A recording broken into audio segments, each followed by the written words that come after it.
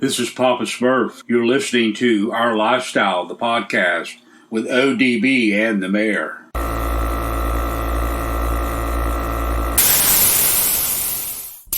Yo, it's ODB. This is Our Lifestyle podcast. We're getting ready to jump into the fresh episode, and we want to thank our title sponsors, which includes Custom Car Show Productions. They have 3 key events every year. Orange Beach Invasion every March in Orange Beach, Alabama. Scraping the Coast every June in Biloxi. And Bayou Showdown, which is every November in Slidell, Louisiana. We also want to thank Mini Truck Showdown Family, which includes their event, their flagship event, the first weekend in June 2022 in Las Vegas, Mini Truck Showdown. You can go on Facebook or Instagram for more information. They also have Kern County Showdown, which is going to be in Bakersfield, California, the first weekend in February 2022. Thank you so much. Support those that support the scene, and on to the episode.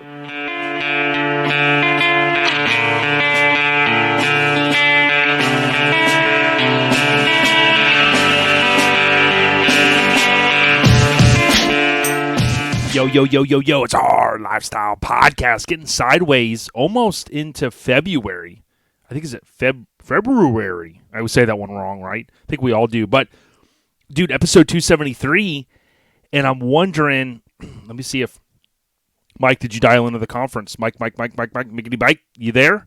ODB, I am here. I'm just trying to thaw out, bro, from the weekend. I was like pretty much frozen the weekend. It is not supposed to be this damn cold in Florida. But you know, the best part about it is all these guys and girls that traveled from West Virginia, Tennessee, Missouri, St. Louis, you name it. They came, Texas. They're like, bro, this isn't even cold, man. It's cold back home. Dude, they had bikinis on, and I saw, dude, a couple of them, man, they had swim trunks on. I go, where are you guys going? They go, swimming. I mean, bro, our boy Ed Testerman, okay, the poor exterminator, he's walking around with freaking no sleeves on, flip-flops, and shorts. Dude. I'm like, bro. I'm gonna talk about this in a minute. You won't believe what Hank had on. Okay, but I'll talk about that in a second. But we got to get into this, and I'll tell you what. This episode, we did leave. You remember back in the day, Mike, I think it was today that the Dukes of Hazzard back in 79 debuted on CBS. I think it was, right, the day that we're recording this. And you remember back in the day, like when they would jump the car, and the car, you know, they'd pause it, and then, you had to wait for the commercial, right, and come back. And occasionally they'd do it, at the end it was to be continued, right, like a Knight Rider or whatever. But that's what we had to do, man. I know some people were like, man, Sunshine, which is Ronnie's better half, she said, hey, I didn't want that one to end. So we appreciate everyone that's come back for round 2. This is part 2, Phlat Out, Ronny and Chas, and Mike. We're so excited for that. And then at the end of this episode, we're going to announce who we're going to have on next week, which we don't typically do. He is on TV, by the way, and he's a great guy, dude. So, Mike, we got a jam-packed one, but we are going to try to keep this one a little lighter. The key word is try, right? Bro, we always try. We always say that, and it never happens. So let's see if we can actually succeed in a shorter version because, guys, we don't want to take up too much of this airtime because what we got coming for you guys later on is just absolute fire. Fire. Now, we want to thank Graphics Mafia for sponsoring the intro to this episode. Buddy and Ryan, they go to a lot of shows, and if you need graphics or you want an old graphic maybe reproduced, all you got to do is go to graphixmafia.com. That's graphics with an X mafia.com. They're on Instagram, they're on Facebook, and of course they're on TikTok. Hit them up. Now, Mike, before we talk about the last episode recap briefly, I did want to remind everyone that next weekend is Kern County Showdown in Bakersfield. So the importance of when I said we're getting sideways into, can you believe it's almost February, right? Is it February or February? I mean, I always say that one wrong. But this weekend, of course, this is dropping on the 28th. Next weekend is the 4th, 5th, and 6th of February. And that is going to be going down in Bakersfield. So you heard at the top, tip of the cap to Accordion Team. They've been really pushing hard. We're excited for them. I've heard a lot of kinfolk out there go, yo, we've heard the ads. We're either going to be there. I've even heard some old school I don't want to mention their names, but they mentioned to me, they said, hey, we want to get back out going to shows. We can't make Kern County, but we're going to be at Mini Truck Showdown first weekend in June, Mike. So I love hearing that. You know what I mean? Oh, absolutely, brother. You won't be wrong if you show up at that show, because it's going to be a great time. Corey and team definitely know, and they got it set up to where everybody is going to have a damn good time. They do. Now, the last episode recap, really not much to recap because we got part 2, so we'll kind of recap the 2-parter next week. But, Mike and I kind of left the cliffhanger there a second ago. I did want to just stop here, and at least for the last episode recap, hit upon what went down in Ormond Beach last weekend. And Mike, tipping the cap to you and John, why don't you take us away a little bit on just maybe the high level of how the weekend went with EBGD, you know what I mean? Bro, first of all, like everybody already knows, we roll into town on Thursday, and man, it was absolutely beautiful. 76 degrees, not a cloud in the sky, sun's out, guns out. John, his big old guns, and dude, life was good. And then Friday comes, and we're like, man, this is gonna be a good weekend. And everybody kept saying, oh man, it's gonna rain, it's gonna be cold, blah blah blah. Friday, beautiful, beautiful. And then as the Friday keeps going on and gets later into the day, sun's going away, the clouds are rolling in, it's getting colder and colder. But that's okay, because it didn't stop. And when I say it didn't stop, the cars and the trucks and everybody just kept coming and coming and coming. And the vendors kept rolling in, the food vendors, the sponsors, everybody's rolling in, setting up. Man, it's looking really good. And man, for a Friday, the show was looking awesome. It was off and popping. And I tell you what, as we got later and later in the day, it just kept getting colder and colder. And I look over at John, and I'm like, John, we got dunk tanks that we're going into at the pre-party. Dude, dunk that tanks. was, of course, sponsored by Best Clothing. And we had DJ Mays. We had a cornhole tournament. And man, it just kept getting colder and colder. And I'm like, bro, this is insane. We cannot go in these dunk tanks as cold as it is. But guess what? We did. Shout out to my Aftermath brothers and sisters, because them alone, they raised $1,000 basically to dunk me and John in this freezing ass cold. I don't remember who it was, but somebody even dumped a 5-gallon bucket of ice into the damn dunk tank, and the water was already cold enough, and damn it just got colder. And but all in all, we ended up raising $1,300 from going into the dunk tank, with people throwing the balls and having their opportunity to be able to dunk us. So definitely can't complain about that. So basically, Friday was a success. Come Saturday morning, bro, the sun was nowhere to be found. It was cold as shit. And bro, we're in Florida. It's not supposed to be this cold, but man, they just kept rolling in, man. The vehicles kept coming, and we ended up having a great turnout for our first year show. For as cold as it was, we ended up with 396 total registered vehicles. Okay. The venue, everybody loved the venue. Everybody was having a good time, even with the cold. And I've mentioned the word cold 100 times, but everybody definitely brung the heat. And the pavilion was packed. We had 50 vehicles, badass vehicles up underneath the pavilion, the covered area. DJ Mays was up there spinning the ones and the twos and playing some great music. All of our vendors were doing well. Everybody was happy. Everybody was having a good time. We had a little bit of light. It never rained hard. It just had a light mist, pretty much all day on Saturday. But all in all, everything turned out great. Everything turned out good. Everybody was having a good time. We didn't have no issues. And but I will say, I do apologize to the guys that stayed over at the Days Inn. Promise we will never talk to those guys again. Never offer those guys up to be a host hotel. That will not happen. The Super 8, that we had great success with those guys. But obviously the Clarion Inn, which is right there on property. As soon as we announce these dates for next year, because Eastbound Get Down will happen again next year. As soon as we announce these dates, make sure you guys get in and reserve your room at the Clarion, because staying on property right there is definitely the way it works, and the way it, the way is the best thing right there. And of course, we got the Hooligans restaurant right on property. We got Saints and Sinners bar right there on property, and then we got Colt's Pig Stand right on property, barbecue restaurant. Guys, they're all really good food. All they got big screen TVs, so there's plenty of stuff to do right on property. You don't even have to leave. You don't have to go anywhere else. And the Clarion, they were great to work with. Awesome times. So man, we definitely can't complain. And then come Sunday, it wasn't bad. It definitely wasn't. It wasn't as cold as. I'm sorry. It was still cold in the morning. We got those trophies. We did cancel the bikini contest because the girls were like, "It's too cold." Yeah, Hank was not getting up. Dude, Hank was over there slamming beers and in glass, and I go, "Man, listen, I know you're disappointed, but dude, I mean, someone's got to clean this glass up, So he stopped. Yeah, and I heard he wasn't happy.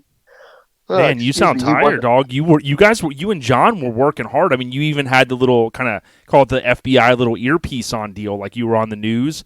Like you guys, when you guys came in town, you were like hammer, too legit to quit. You know what I mean?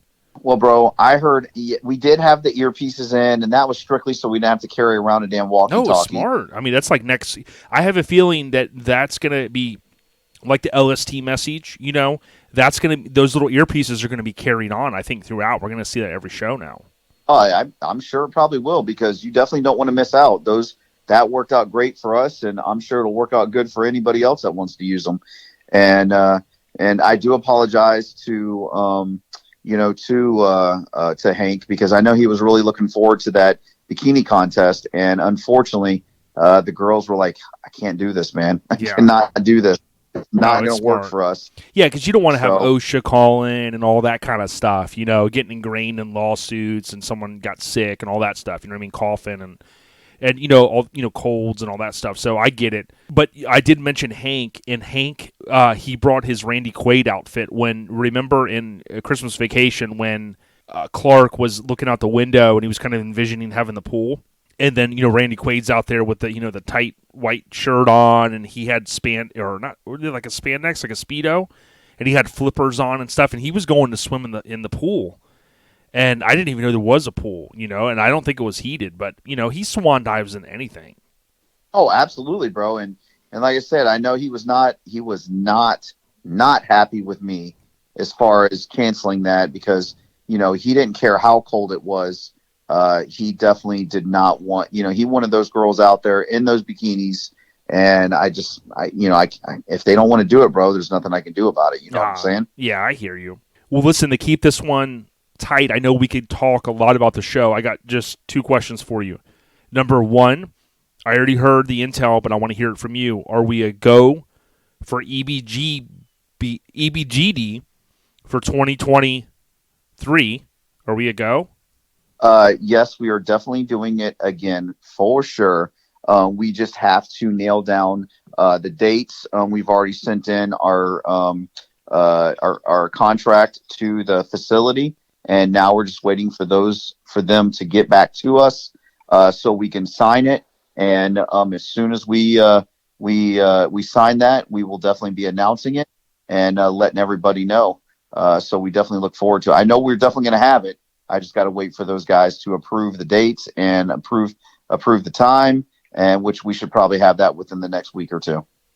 Yeah, and you got to work around my show. I haven't announced it, but you just make sure you work around my dates. You know what I mean? Because I don't want you to infringe and all that. Well, because I got a show coming. Yeah. Well, do you want to tell anybody? Just like give the name of your show, or what do you want to? It's S and F, right? There's two letters in it, and it's coming, dude. You know what I mean? It's going to be a big one. So, but I don't want to share it yet because we're trying to get all the details worked out. So, but I talked to LMC from LCD Podcast. Down with OLP. Yeah, you know me. I'm LMC from LCD. That's what he always tells me when I call him, and he goes, "Look, we've heard the little bit of the little drops you're doing." He goes, "Man, we want to be full on board, full sponsor. We're bringing everyone from Tennessee." He's got all kinds of ideas, and I'm like, dude, we might have to bring you in on this, but I can't talk about it yet, Okay. No. Hey, I look forward to hearing about this. especially with, the initials SF. You know? And my thing is too. So I said I had two questions. So number two, it's more of a statement. My OCD kicks in, and I know some of you guys are going to laugh at this, right? When a show or an event happens the first time, that first occurrence, you really do want it to turn into kind of an annual event, right? But like when you have the first one of something that's usually kind of, the inaugural. We're going to have the inaugural race or the inaugural show. So once you do announce EBGD, right, for hopefully 23, then we'll be able to put on the stickers, that it's going to be the first annual. You know what I mean? But it's the second year. You know what I'm saying? First annual, because now it's the second year. So we just got to make sure, because I'm sure that you've got your little complaint department, the phone's ringing over there, and I'm sure people, that's like on their mind, right? Oh, absolutely. It's got to be. How could it not be? Right. On their mind. Right. Well, listen, we did talk a little bit about Eastbound Get Down. So, again, go out and follow it on Instagram, on Facebook. The good thing is we got a weekly podcast, so we could talk about this stuff a lot. The EBGB talk this week, at least for the kind of wink, the last episode recap, brought to you by the fine folks at Lone Star Throwdown. Visit LoneStarThrowdown.com. Just know, last weekend, February, it's in Conroe. Fly in, gallivant in, drive in. Get you a mutt cut mobile like Dumb and Dumber and, mutt cut mobile in. Whatever you want to do, just get to Lone Star Throwdown. I talked to Lonnie. I talked to Radar. They said it's going to be off the hook. And I guess, Mike, as I say that, I kind of, stopped you there mid-sentence. But did you have anything else that you did want to say about EBGD? That pretty much covers it, man. I just definitely want to thank everybody that came out to the show, and definitely appreciate everybody that made the trip and came out there to support the first annual, and definitely look forward to putting on putting year 2 out there. And so it's the announcement will come here very, very, very soon, and definitely a shout out to Dizzy and Poor Exterminator and definitely Tony Moore for making that, DJ Mays. Felt him fab for the trophies. Adam Tripp from the Spark Show I saw him gallivanting over there in the Hammered Weekend Wear booth. Yes. And freaking Gooch coming all the way from Oklahoma and doing his thing with the trophies. And of course, Welch's Chop Shop. I got Crystal Brockshire that made her, the ladies pick, which is pretty awesome that a ladies pick was made by, another female. So that was really cool. And of course, how can we forget Chad Luke with that amazing award, the Anthony Strong Award, and of course Sean Rose with the Greg Miller Memorial Award. So we had so many different guys that came together, and girls come together and to make these awesome awards for us. And we just look forward to being able to do this all again next year. And of course the whole staff for being able, we had no issues all weekend, and it's just, we had a great time, man. And we look forward to doing it again. Yeah, this is my quick Reader's Digest. Jameel, love the Nissan, love hip-hop, always love talking with them. Diggity Dom came off top ropes. He rolled up, severed. Vic had a great room there kind of overlooking the show. We got a chance to talk up there, and just, Diggity Dom came through from RA, DJ Mays' son, and, Ron for coming in town from Hammered Weekend Wear, and just so many great folks and a lot of good conversations. I want to give a tip of the cap to Kyle from Maryland. Dude, always love hanging out with Kyle.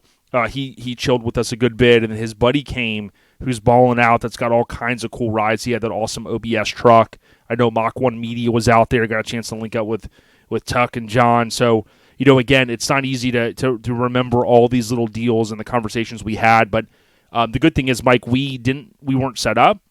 It was kind of refreshing. You had to work the show. I had to gallivant, trading places, right?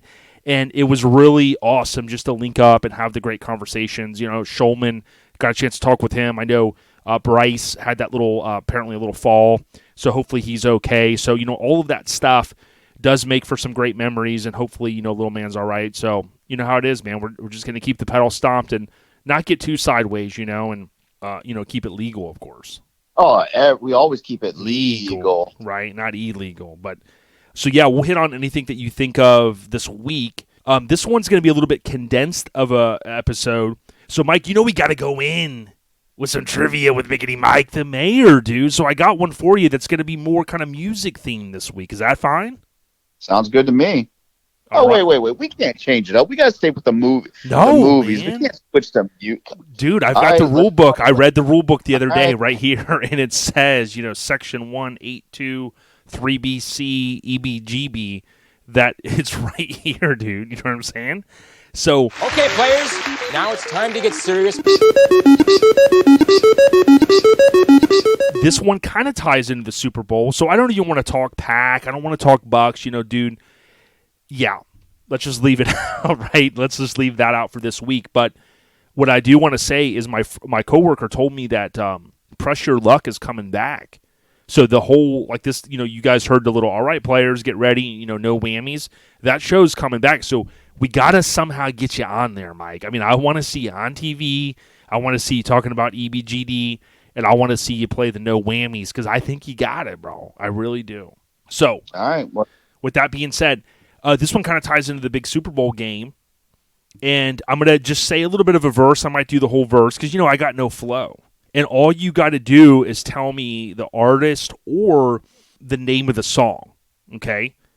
And it does tie into the Super Bowl. I don't want to tell you how.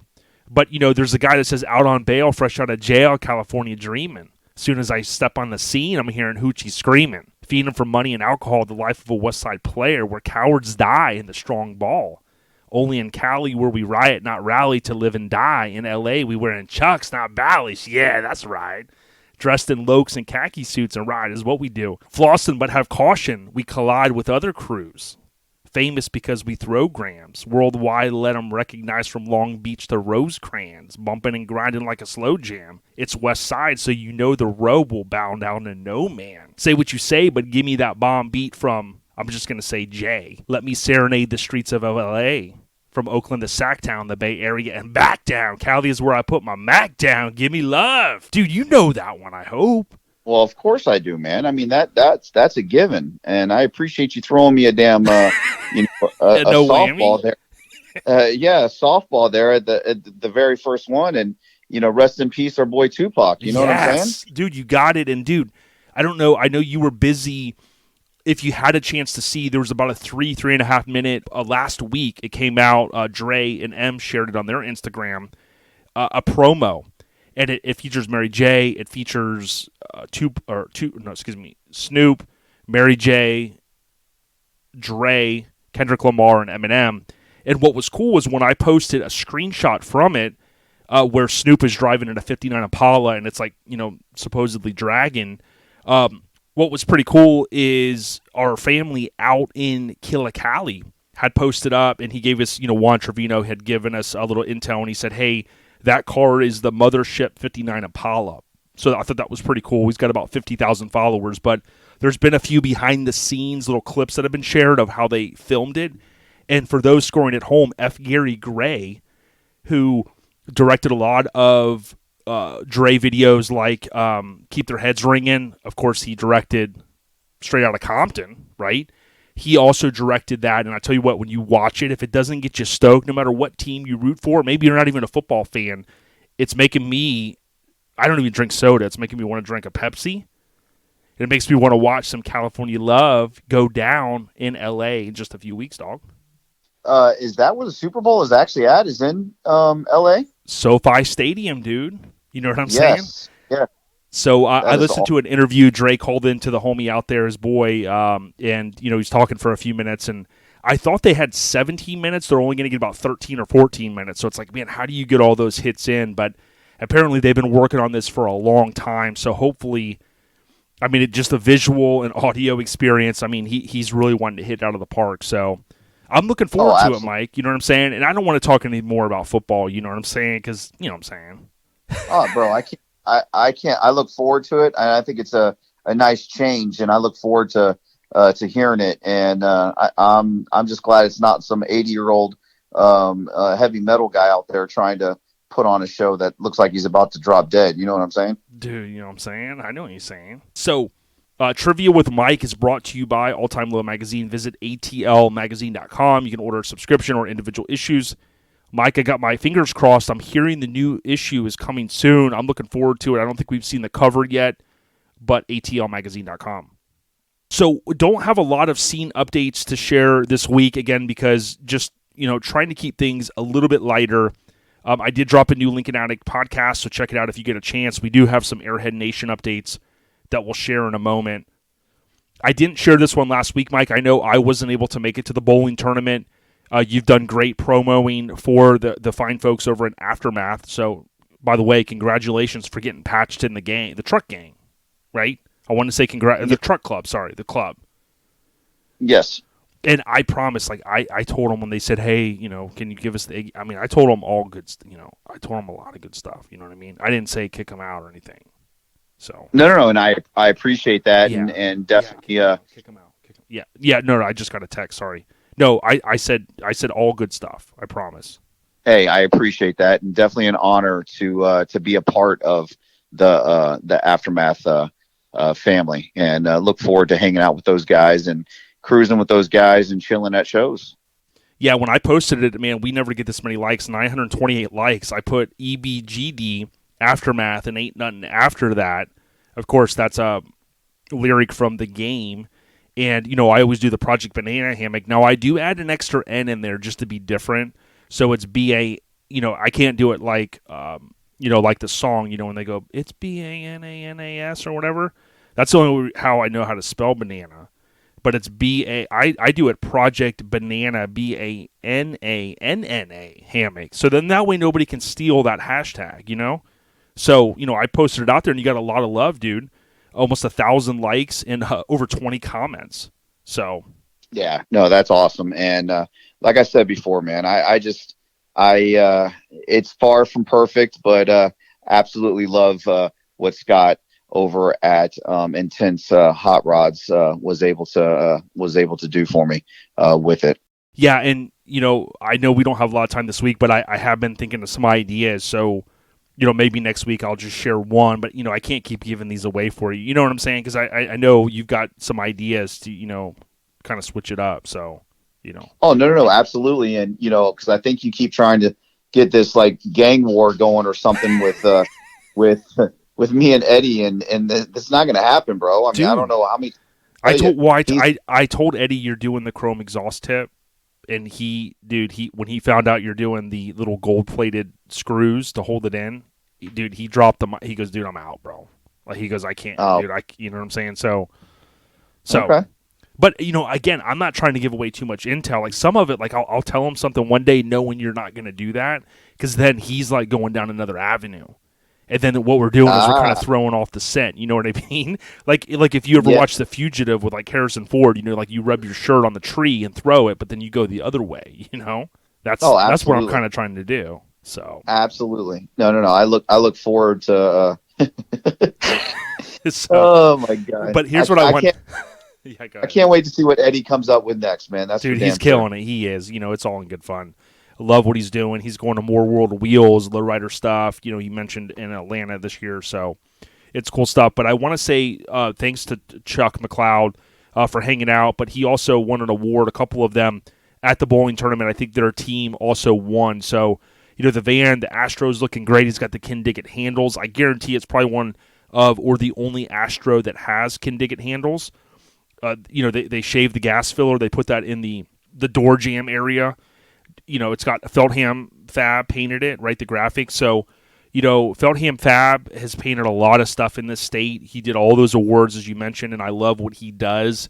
FELTHAM Fab, fantastic. And I tell you, I just want to say, scene update wise, dude, Chucky, he's rolling hard. You know what I mean? Oh, absolutely, bro. And that van is definitely in a league of its own. That's for damn sure. And I said Intense Hot Rods. Scott Refrice is actually Intense Works. So I apologize for that. 10-4, homie. So those are really the only scene updates. I mean, not a lot to share this week. Scene updates brought to you by our family at Garage Gear Clothing. They said if you come by at Lone Star Throwdown, they'll have the booth up and mention our Lifestyle Podcast. You never know. They'll hook you up. They typically will. You got to say, hey, I'm an avid listener. Buy a shirt or two.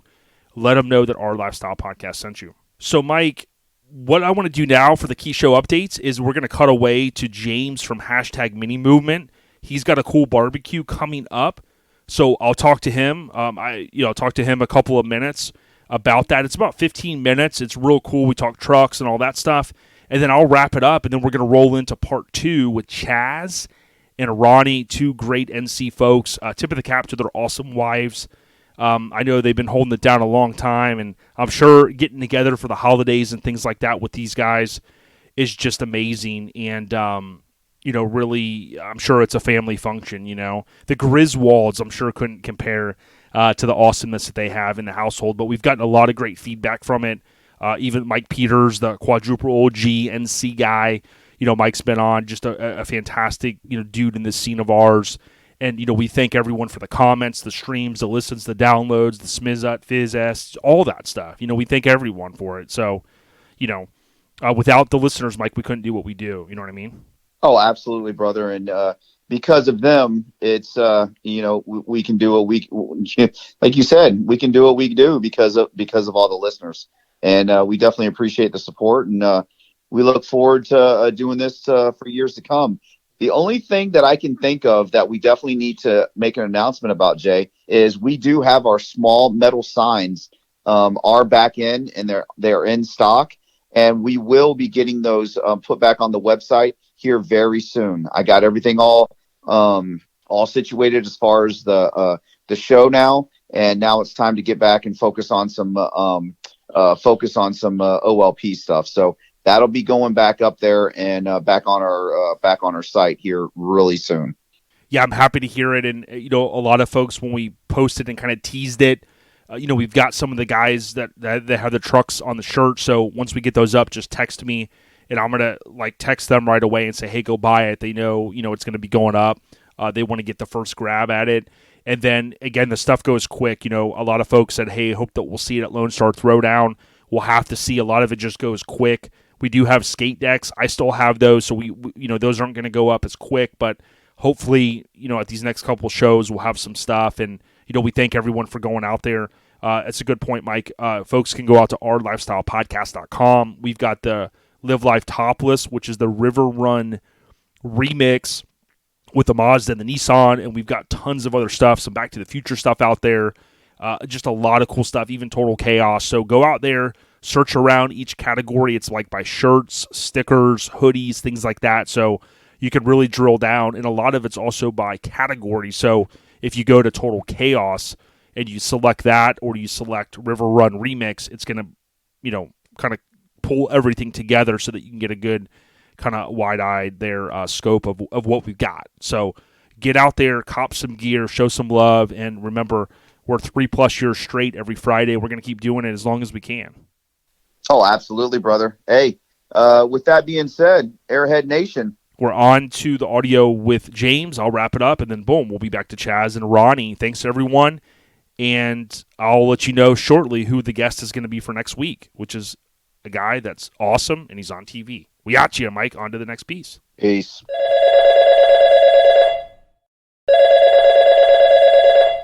Hey, as I mentioned, we're going to transition in now to James from hashtag Mini Movement, one of my favorite just social media platforms and pages, rather, for the mini truck, for Mini Truckin. And James, dude, thanks again for taking a couple minutes to link back up with us. Yes. Thank you for having me. Dude, I'm always excited to see what you got going on. I would highly encourage the listeners on Instagram or Facebook, search hashtag, spelled out, hashtag _mini movement. Dude, it's pretty cool. You got all these mini trucks and whatnot, but you also participate in different events throughout the year. But what you have coming up here this weekend, I know it's a little short notice for some that may have wanted to gallivant in, but the 29th of January, talk to us a little bit about the 6th annual winter cookout. Yeah, this Saturday we do me and the club, Earthbound guys here, we do a little cookout each winter time to kind of break up the sadness of it being cold and not having much to do. And we're not in Florida. Right. So that's what we do. We try to keep something going. With any hobby, if you ain't got something going on, people will lose interest. So we try to keep something going on every couple of months or so. But But our winter cookout is the biggest one that we have. Yeah, and smaller events like this, obviously contribute to what your focus is, the whole mini movement, right? Keeping things alive, keeping mini trucking alive. Oh, yeah. You've done some cool merchandise surrounding that whole kind of a mantra. And what I think is awesome is, we've seen stuff here locally, like with the mini truck hangout and little different things like that. Yeah. But I do think that those are important, right? Because, we do go through, like, maybe not as much here in Florida with the winter, but you go through that kind of off season, right? And you want to keep people's interest going, maybe, keeping the momentum going, right? Of guys and ladies getting out in the garage and working. Yeah, exactly. We, like I say, we're in the bottom of North Carolina, so it don't get extremely cold here. So we there's usually something going on. But as far as shows, there's no shows this time of year. So this is just one of the things we try to help keep people going into the next show season. Yeah, no doubt. And speaking of shows, I want to give a huge shout out to Radar and Lonnie over at Lone Star Throwdown. I just talked to him earlier, and dude, we're getting excited. We're about a month out from that. So, to your point, in many parts of the country, LST, believe it or not, really is the kickoff for it, right? Because, down here you do have, Eddie's got Blood Drag back, Mike, obviously, and John, they just kicked off with Eastbound Get Down. But in a lot of places, they're starting to go, hey, our first big deal is going to be over in Texas. And, of course, they go big there. But That's right. Yeah, we went last year. Yep. And it was good seeing you there. Now, with the 6th annual winter cookout, is this kind of like a free type thing? Maybe people come, do they chip in? Like, how does all that work?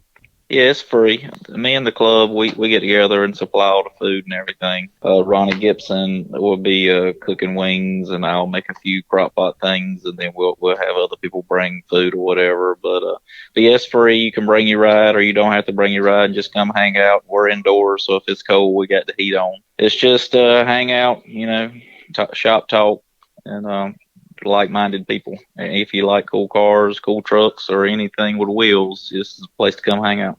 Yeah, no doubt. And I wish I was a little closer, because I love these type of little events. And again, it gets the homies out. Often we hear like, oh man, it's not like the old days anymore. But to be honest with you, like little events like this, I know our friend Matt Thompson, a billet fan, Severed, Arizona, and some of the guys, over at Hydroholics, like they've done a couple of like cookouts like with the club and stuff. And dude, the camaraderie of just getting people out, especially in this pandemic world we live in, it kind of is that energy that I think a lot of us need, that motivation.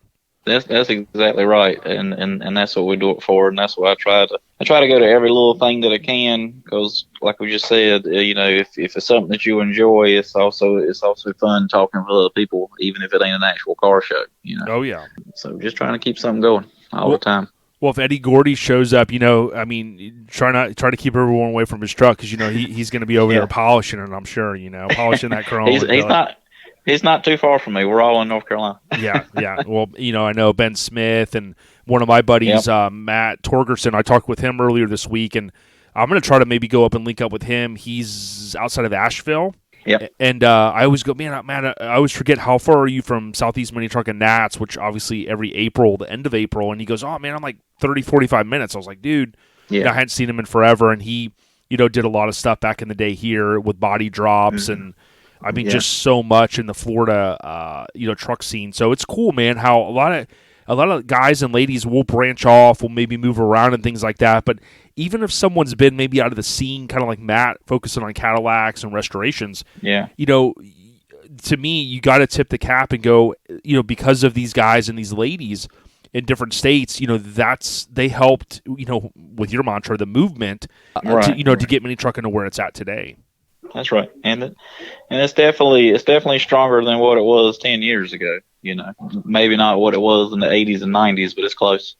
Yep. Well, I'll tell you this. I don't know if you've stumbled upon on YouTube Hardcore Garage. I love watching Johnny Garage Johnson, and I know he's got that. I think that Facebook page, Hardcore S10s. It might be. I think that's his group. Yeah. But I tell you what, like seeing guys like him that are constantly getting on, I'm like, man, what does this guy do for a living? Because he's out there like you are, always hustling. A lot of your spare time is that dedication, right, to something you love. Mini trucking and polishing and cleaning this and doing that. And to me, it's awesome, because even though like I focus a lot of time on the podcast, dude, you think about how much time you focus on your trucks. I mean, dude, it's a love of what you do, right?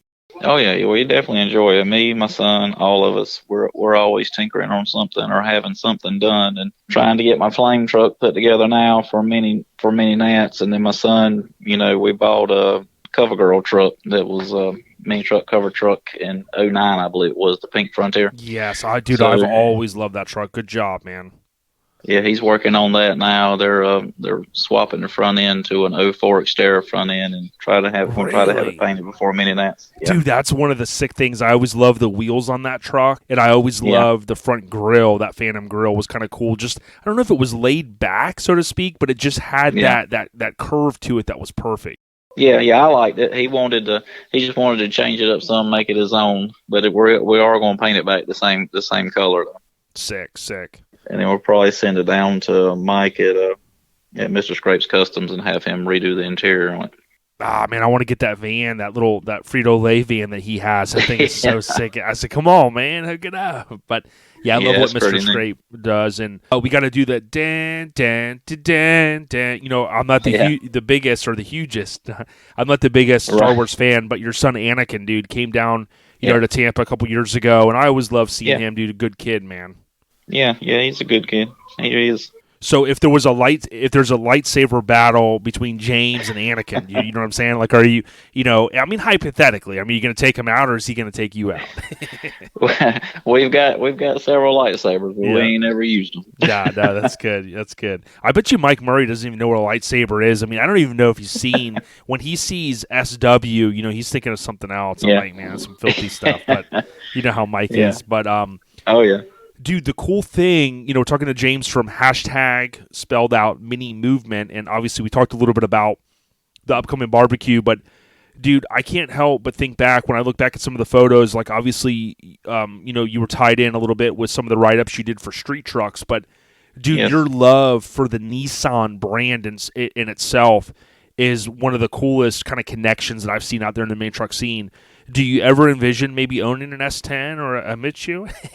No, I've been a Nissan fan. Well, actually, I was raised. My family loves Chevrolets, and I was a Chevrolet fan too. Okay. And then a buddy of mine bought a Nissan hardbody in 1992. It was a 92. He bought one brand new, and he was going to go race a buddy of mine that had a Malibu. And I was like, man, you're not going to outrun that Malibu in this little 4-cylinder truck.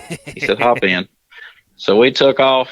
Sure enough, we go down the road with me in the truck with him, and we waxed that Malibu's ass. And I was like, just mind blown. And from that day forward, I've always been a Nissan fanatic. But no, if I was to own anything else, my very, very first truck is when I turned 16 was a 1980 Dodge D50, and I would like to have another one of those just because of that. Yeah, but other than that. Only one word that comes to mind when I hear that is the C word, classic, dude. I mean, truly a classic mini truck. Yeah, I love that truck. I owned it for about a year. I love that truck. Yep, real deal. Sorry. Now, if memory serves me correct, tip of the cap to you for all the stuff you do to support the scene, but I could have swore recently you did post about the hashtag mini movement, mini truck of the year for 2021. Why don't you reinforce to everyone who you picked, because I thought this was awesome. Yeah, I picked Carl's Star Wars S10. I thought it was an awesome truck. I saw it down in at LST for the first time in person. Yep. And I'd only saw it in pictures. And I didn't just pick it because I'm a huge Star Wars fan. I just thought the paint work was really amazing on it. Oh, and, yeah. It was, and again, this year was the first time we've done a mini truck of the year, and I wanted to do that to help again keep mini trucking alive, as well as give some notice to some of these trucks that might not everybody's ever has seen. Yeah, and congrats to Carl. We love his S10. Topper Gang graphics, you name it. Oh yeah. You think about Cal Concepts, Air Syndicate. Their classic. Thumbprint is all over that thing, and I love it. That's right. No regrets, of course. But also too, what I thought was awesome is we often leverage and rely upon someone like Welch, right, at Welch's Chop Shop, and you tagged him, and I would tell folks out there, if you're, maybe you've been asked by a particular show, like, hey, can your chapter, do an award or whatever, and you're thinking, man, I've never done this, where do I go? Yeah. It's just Welch's Chop Shop. You go there, you let him know what you want, and I tell you what, the metal cutting that he does, and then with the powder coating, and then some of those kind of inlays, or the wood laser deal, man, I'm telling you what, man, he really, really does a good job, doesn't he? Yeah. He's been doing all our awards for our shows and for my mini movement for 5 or 6 years now. So we definitely like using him because he does my mini movement awards that I pass out at other shows throughout the year, as well as our Spring Slam show that we do in May. Cool. Well, I tell you what, man, it's always cool, James, linking up with you. I hope to see you. I mean, I know it's in your neck of the woods, but at Mini Nats, I tell you what, I mean, that is really the mecca. I always joke and say it's the biggest mini truck show in the universe. I know over in Japan, some of those guys, they try to go hard, and they do, but you know what? We're going to keep it here in the USA with this one and say, dude, it's the biggest, baddest, and I'm so looking forward to kind of that'll probably be the next time we slap hands, Oh, yeah, I'll be there. Yeah. So right now, our plan is to go to Forbidden, too, if you happen to be going out that way. Nice, dude. That's freaking awesome. And, we have mentioned this to folks, but if you just type in FFF on Instagram, that's going to pull up Forbidden FFF Fantasy, their official page. And to your point, although on the West Coast, they're going to be holding it down that March 25th through the 27th. So that last weekend in March, we'll be down here in the Dirty South at Orange Beach Invasion. So we are happy. Oh, okay. We are very happy and excited for Forbidden because, obviously they've had kind of a rough run with the pandemic and stuff. But I tell you, Brian and the team, they're fighting it to keep it going. That's right. Yeah. I think he'll be fine. Now, if we could just get Brian from Grinder TV just to get my boy Aaron Rodgers to come back, you know what I mean? It's like, hey, he can bring Forbidden back. I think he could bring A-Rod back, you know what I mean? Yeah. But in all seriousness, man, anything else that you wanted to share from a hashtag mini movement perspective? I think that's about it. Other than our cookout this Saturday, we'll have our annual car show in May, which will be here in Rockingham, North Carolina. And it's Spring Slam. You can find the event page online on that too, Spring Slam 2022. Yeah, fantastic. And if they're on Facebook and maybe they are in the general vicinity this weekend, they're on Facebook, is it 6th annual cookout? Yes, it's 6th annual winter cookout. That's the event page. Yeah, and it's this Saturday. We do it at nighttime, so it starts at 4. But people usually don't show up till about when it gets dark, and it's over when the last person leaves. Yeah, and it's it looks like I just found it 6th annual winter, and then you guys even have hashtag mini cookout that kind of goes along with the whole mini movement. Yeah, and it's 396 Batley Dairy Road in Hamlet, correct. North Carolina. That's it. Mm-hmm. Cool. Most people know Rockingham, but we're in Hamlet, but Rockingham's the bigger town beside us. 10-4. Well, James, listen, man, thank you for all the support. You're often sharing stuff up, and I would encourage folks check out his brand. The link's in the bio. He's got all kinds of cool stuff, but more than anything, we thank you for helping to keep the scene of ours alive and kicking. And as we get squirrely in the 2022, be safe out there. And again, we'll see you soon, doggy. Oh, man. Yeah, I appreciate you having me. Stay on the rise, James. Thank you. Yo, thank you so much, James, for coming on the podcast and giving some updates, man. It's always good linking up with the homie. Dude is dedicated. Now, really, I just want to kind of reinforce that basically next weekend is Kern County's showdown, of course, in Bakersfield. Corey and team, as I mentioned earlier, they've been doing a fantastic job of highlighting that event. And although Mini Truck Showdown started there, when they moved that due to the pandemic to Las Vegas, which is going to be the first weekend in June, that opened up an opportunity for Kern County Showdown. And again, that's next weekend in Bakersfield. So big ups to the fam out there. Get out there if you can and enjoy it. Facebook or Instagram, Kern County Showdown for more information. So basically kind of what we're looking at from there, not going to cover a lot. Remember, we're kind of bringing the scope in a little bit on the amount of shows that we're covering, but I know Blood Drag is in February in Florida. A lot of guys will be out there. And then the last weekend in February, the 25th through the 27th, Lone Star Throwdown. That show, we talk about it all the time. Conroe, Texas, amazing event. Come on out. It's going to be a great time. Start looking around. If you haven't booked yet, you can get good flights. You can get rooms. There are still opportunity to get out to Lone Star Throwdown, even if you just gallivant on through the front gate. It's going to be amazing. We're working on a couple things to have some booth placement for different vehicles, and I can tell you right now, our booth is going to be off the charts. Thanks so much to Lonnie, Radar, the entire cast of characters at Lone Star Throwdown for what they do. The following weekend, we're going to be back at Relaxin' on the Ranch. That is going to be technically March 5th in Lake Wales. You can look that up, Facebook, Instagram, Relaxin' on the Ranch. We've been there. We've told you about it. I'll be kind of DJing and MCing, trying to follow in the footsteps of the big homie, DJ Mays. But, of course, I'll never catch him. He's the big homie. Love what he's doing out there. But Relaxin' on the Ranch, March 5th. The last two shows I want to mention, of course, Orange Beach Invasion. That's the last weekend in March.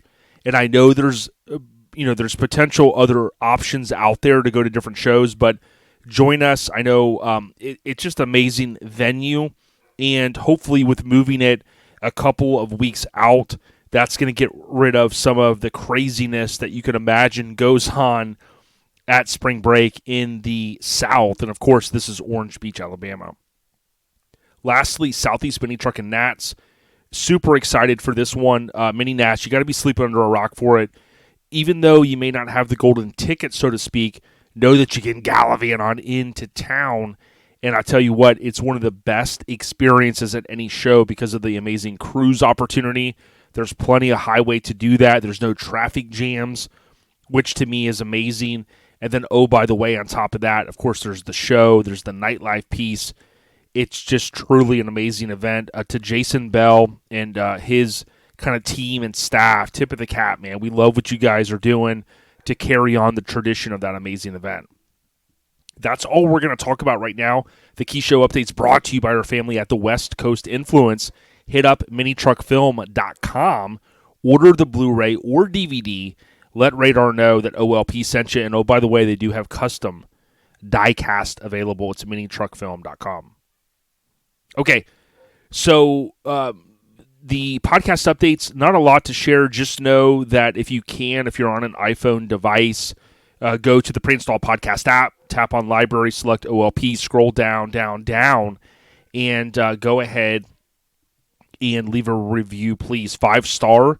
That's the rating. You can go a step beyond and type a review in, and we would certainly appreciate that. Now, we do try to read all of the new reviews on the air here via the podcast, and we'll continue to do that. I think we're at 258 right now, and if I look, it's getting a little crazy in the house right now here. There are a lot. Of course, here it's not letting me sort by date for some reason. I don't know why, but I will look back and I'll take a look to see if there's anything new. But thanks to everyone that has left a review. We certainly appreciate it. Again, visit ourlifestylepodcast.com, buy some merch. There's sticker packs. There's different stickers on the left side. I said earlier you can actually click on like Total Chaos, Out of Air, River Run Remix, and all of that stuff that's available. Of course, if you click on the hoodies, you can see what sizes are available. Those are, of course, separated out from the shirts to make it easier. If you go to shirts, there are some tank tops, so you can kind of drill down and get some pretty cool stuff. The River Run Remix is the newest stuff. It's ourlifestylepodcast.com. Now, we got to thank Joey at Get Decked.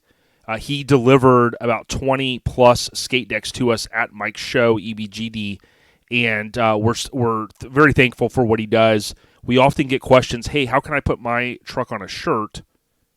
And that's not an easy thing, right? If you're going to do the high quality that we always do with Graphic Disorder. However, if you want to put your truck or a photo, your wedding photo, it does not matter. Hit up Joey. It's Get Decked on Facebook or Instagram. What that will allow for you to do is send him a photo, and he can work some magic, and he can print that right on the skate deck. That way you can hang it in the man cave, the Whoa Man Cave, the garage, you name it. It's Joey at Get Decked. Thank you so much, Joey, for all you do. So I'm going to end this one out before we roll back into part 2, and I want everyone to know 2 things. One, I got the Airhead Nation updates, so I'm going to cover those really quick. And number 2, our guest for next week is going to be Jeremy from the hit TV show Car Fix. Okay, I love this show. I've watched it a long time. I know the cast has kind of changed maybe a couple times, but there's good history there. Of course, back on Motor Trend, Jeremy has a connection to the mini truck scene, and we thank him for that. He's building the Maverick. He'll talk about it, and we talk about so much. The audio is already in the can, and I can tell you what, it's one of my top favorite interviews that I've done. We talk a lot of different topics, so big ups to Jeremy Bumpus for coming on, and we'll be airing that next Friday. So if you're new here because of Ronny and Chas, make sure you hit follow and or subscribe. We certainly appreciate that. Okay, so here are the last couple items. You got the Airhead Nation. So Jason Bell says very proud of his wife, Sarah Bell. She works hard at everything, and she was high school teacher of the year. So big ups, tip of the cap. We love seeing the success of the families and family members out there. This one's very tough. One of our good friends, our homies, we saw him last weekend, Billy Weekly. Of course, he lost his son last year. He mentioned a hard way to start this year is losing his mother, and thoughts and prayers, condolences out to Billy and his family. We mentioned recently that the big homie Phil Fowler wasn't feeling well.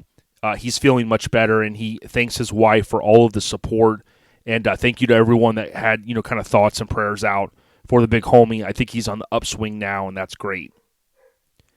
Shannon Bullis had mentioned that he was confirming that his dad passed away on 1/25, and that's a tough date for me because it is my dad's birthday on January 25th, and it's ironic how things kind of happen sometimes. But I send condolences out to your family, and rest in peace, and rest in peace to Papa Smurf. Again, his born day was on January 25th. Mike from Aftermath, they call him Squirrel. He did retire. And he said it was bittersweet. He pulled the gear off of the truck for the last time after a 30-plus year career. So congratulations. Great dude. Slapped hands with him. Love his Cadillac. Love his dedication to the scene. He's just a good dude. All right, last two things. You got Orange Beach Invasion. They released their artwork. I know this one's tough for Lauren and family, but, man, what a nod to our friend Greg Miller. Rest in peace. Amazing artwork. Got his car on the artwork, and he's waving. And it just brought back emotions for me. So congrats to them, and I'm looking forward to rocking this shirt. Greg was a great dude. And Lauren, we always enjoy hanging out with you. Good seeing you at Mike's show last weekend with your husband. And keep doing what you do. Robert Simmons. Okay, this is the last one. I'll end on a positive note. He did turn, I think it was 49. Okay, I got a chance. We didn't talk about this earlier, Mike and I, but Roxy, his awesome wife, and Robert Simmons, it's Simmons Payne on Instagram. Dude's got an amazing 720. He's got a BMX bike collection. He brought out some of the newer school retro bikes that he fitted with some of the old school parts. But Roxy said, hey, don't count me out. We're coming for everyone out there. And we are building this amazing truck for her. I think it's a 620, I want to say. But, dude, two amazing folks. Robert, he turned 49. We had a cupcake at the show. Dude, it was carrot cake, okay? I don't eat a lot of sweets, but carrot cake, when Roxy said, hey, carrot cake, my ears perked up. It was good seeing their son repping Back to the Future out of air. Thanks for all the support. You guys are great kinfolk. They said they'll be back. They're blessing EBGD. They said we'll be back. So, Mike, you might have your first pre-registration there, Mike and John, for next year. So, I've talked way too long. Going to wrap this up and have a great weekend. Enjoy the rest of this. We pick up about 2 to 3 minutes before we cut away last week to kind of give the context of getting back in. Of course, you remember as a kid, when they'd cut away for the news and they could say, hey, continuing the programming, already in progress, right? I know you guys remember that. So that's where we're at. Be safe. Stay on the rise. And Jeremy, next week, I'm telling you, man, it is a fun interview. It's one of the top ones. You're going to enjoy it. Come on back. Enjoy with OLP. We got you. Peace.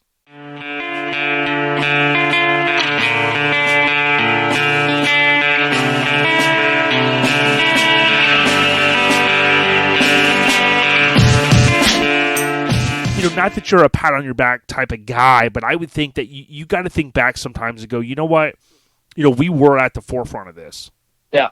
I mean, yeah, we do, man. It was kind of it was a really cool era and a really cool time and a cool idea that was really kind of ahead of its time, because nowadays it'd be a lot easier to make it work. I mean, you got YouTube and you got a lot of different streaming medias and things, back then we didn't have all that. And that's really what kind of killed it, is the fact that the cost of having to get DVDs printed, having to ship them out, having to do all that kind of stuff, having to go get content and everything. If you could just, have people, with phones, phone cameras in there sending you video and stuff, and you don't have to have the travel schedule that we had to have, or we felt like we had to have back then, I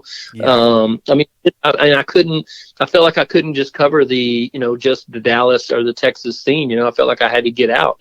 And so I started traveling coast to coast, Yeah, real I'd deal. be in your beat, kind of like, not as much as non-stock, nowadays, and how he shape shifts and stuff. But I was in Virginia Beach one weekend, and then I'd catch, go down and catch pebble pushers, and then I'd be on the road all week long. I'd catch a couple of shops, like Anthony at Raw. I'd go down and see him, and then I'd stay with some, and I slept on so many camber couches, Right. It was so much more economical, and I mean, having that camber influence, and then of course, Tito was integral in the beginning of it.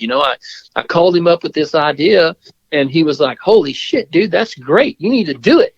You need to do it," and he was like, "I'll help you all I can," but we couldn't really get the big magazines to understand how this could benefit them, or how that could accentuate what they've already got going in print, and having a website with video that goes along with it, I mean, is the way it is now, know? Yeah, it was almost like ahead of the time, because I've watched some things about the guy Lasseter that was at like Pixar, and like he was trying to tell people like, hey, the animation's going to be big, and they're like, well, we don't know how this is going to fit in here at Disney, and then he does his own thing, and they're like, hold on, we want you.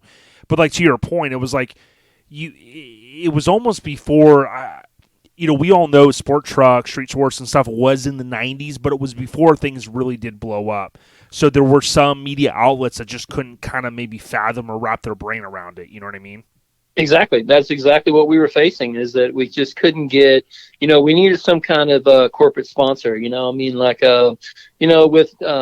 Domination, before really Low Life got going, Domination had Low Life Mike was there with Oliver and stuff. Yep. And, but, they had, Pops funded a lot of that, and then also, I think Oliver's mom was a flight attendant, and for a long time had been with, I think Southwest, so he was flying everywhere for free or for nothing, so it was kind of hard to start, keeping up once these other guys started coming along.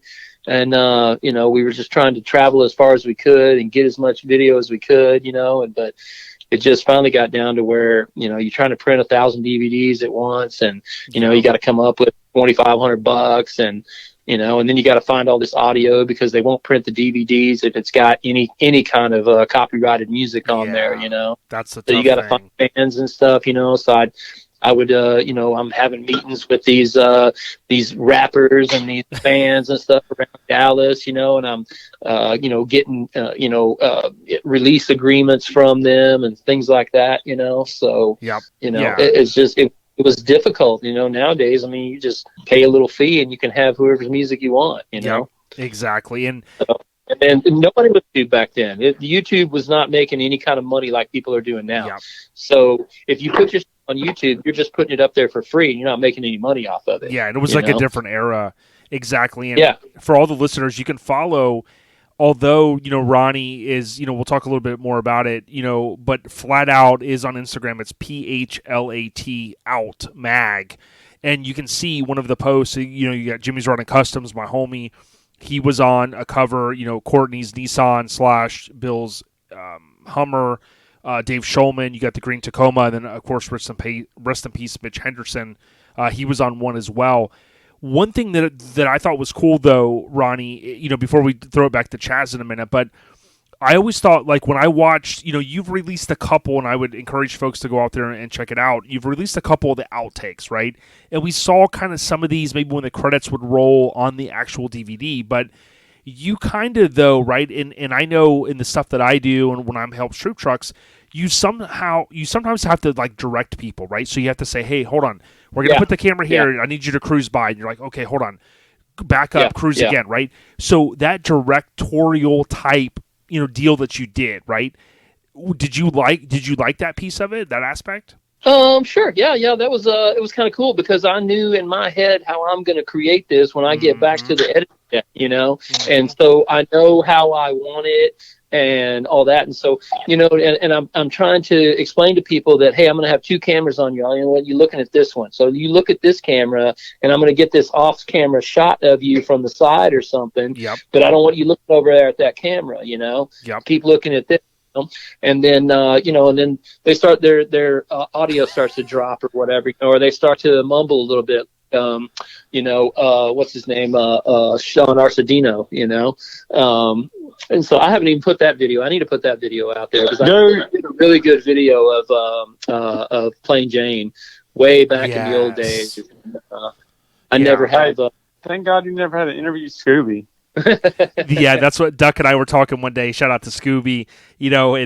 Sometimes like you'll talk to someone and you go, hey man, I really want to get so and so on, and they'll go, it's hard to either, I don't want to throw any bad stuff out here, but it's like it's hard to maybe get a story out of so and so, right? We'll just leave it at that. So but we always used to joke too, like those guys in that Louisiana era, or not era, those guys in that region. We'd be like, what are they trying to say? Because you'll even watch some of the Swamp People stuff. You're like, wait, what? And it's that French dialect, And Duck is really the spokesman for all of them. So any of them you want to talk to or whatever, you just go through Duck, and he'll just explain it all and tell you. Yeah, Duck is Scooby's spokesperson. I'll be like, yo, Duck, now hold on. It was brand new in 04, and then he took this cab, then he matted. He's like, then he threw it all out, but he kept the VIN, then he built this, and now he's got a big rig. And I'm like, dude, I can't keep up with Scooby, man. Yeah. It's some but crazy also, shit. the being in Negative Camber was also, it was a blessing to Phlat Out, but it was also a little bit of a curse because I didn't want to make the whole thing NCTV all the time. I had, he was huge, and I had, brothers all over the place with badass vehicles, but I was like, okay, well, I can get a little bit of this guy and that guy, and, and I spent some time with the Pebblebrook. They had some really quality vehicles back in those days. And so, so it was just trying to, some variety there as well. And that's the way it is kind of with the podcast. I don't want to have too many severed guys, being in the club, but you're trying to spread the wealth. So, but, Chaz, when you think back to, kind of that golden era, and you think back now to where OBS trucks are now, like, they're just at this heightened kind of level, right? Everybody's talking about OBS trucks and, and all this, and we're like, man, we've been doing this for a long time. When you think back, Chaz, like, do you think back and go, man, dude, like I lived in a badass era from a truck scene perspective? Oh, definitely. We lived it up. Oh yeah. We had a great time, and it's like going back to Mitch, having someone like him with OBS, and the time I got to spend with him, and we sat there at a show one day, and he's like, we're going to be these old farts one day saying how shit shouldn't change, but the OBS world, it's just grown and exploded, and this, and I look at the price tags on stuff. It's like, geez, I'm glad I did it when I did it, because I can't do it now, No, I'm the same. I'm like, wait, how much is in the bag? Something. Yeah, so it's I wouldn't take what I wouldn't change. There's one, well, other than not letting Tito shoot my truck first. That's the only thing I'd change in my past, in that whole era. And being someone that had such a recognizable truck that I didn't realize, you don't know it when it's happening. Yeah. It's, you look back on your past and you're like, wow, that many people really like that truck. And it's really, what really turned my eyes on is like the first time you posted on your Instagram, and then see all these people talking about it. I'm like, hey, that was mine. Yeah, I did that. Yay! I did something right. It's cool, isn't it? And we've seen that with Skybody, the same thing. People going, dude, like, man, you don't understand. I had it on my wall and things like that. But yeah, for sure. Yeah, I mean, it's just people reaching out, or that reached out at that time whenever you posted it, like, it's my all-time favorite. I'm like, really? Yeah, you're really? Like, I beat the shit out of that truck. Are you sure? And that's what some people, like, we all tend to forget. Like, when you own something, you'll be like, man, I got this one little, like, ding in it. And you're like, whatever. And, like, you could take it to 20 shows and, like, nobody would ever. But it's, like, because it's yours, right? So it's that weird anomaly that, like, you were the owner of it. But, like, I think back to the red and how it just popped with some of the billet pieces on it. And then the interior, and it was a little different, right? Because it was a stick, right? A lot of those trucks were, automatic. It had those little things, but you didn't even notice it, right? It just was like, dude, this is an OBS truck. It's on the fucking ground.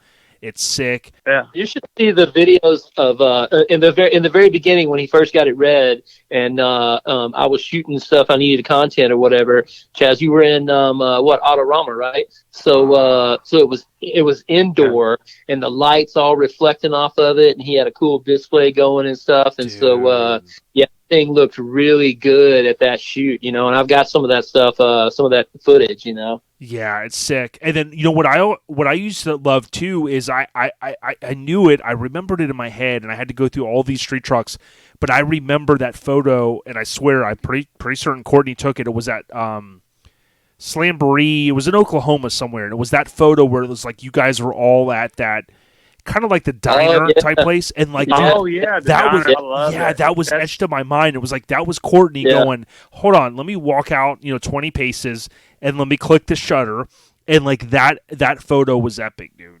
That was it. Didn't really quite happen just like that though. Right there you go. There's some airbrushing on that photo. It was kind of set up, to be honest with you. Right. Well, a lot of them were, but there's a finger that's airbrushed out of that deal. There you go. That's a cool fact.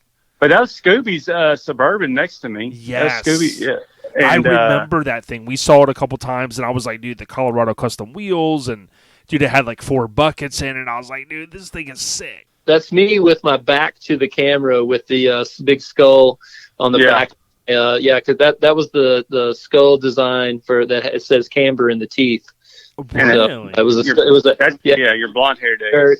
It was. That was my short blonde hair days. Yeah. You're going for that whole neo-Nazi look, blonde hair, blue eyes. Yeah. But now those times, I mean, you think about 01 to even 05. Those times were just so memorable. I mean, so many friends were made, and so many memories, and going to Rezo and going. We really got the North Texas Camber started during that time, and we were all really close, and we hung out together and we had a good time, and so we traveled together, and it's me and Chaz and Big Daniel and Little Dave, and who else was in there at that time? Was starting to come around. I guess Dookie was kind of around, wasn't he? Dookie's around a little bit, but Rob with Sucker Punch, he was hanging out, and funny story about Sucker Punch is we had the same keys. No way. It worked? Yes. I was stranded. I left my keys at home in Dallas. We were in Houston, and me and him had a beef going on, because we saw each other at Turkey Drag, and I was going to win Street Trucks Choice at Turkey Drag one year, and I had to leave and go to work. So I couldn't stay for awards, and I told a friend of mine that was standing next to Rob, I said, hey, if I win anything, do you mind picking it up for me and carrying it home? Which I knew I was getting something. The Street Trucks guy had already come to me. A freelancer already came and said, hey, I'm going to give your truck the Street Trucks Choice. I'm like, all right, cool.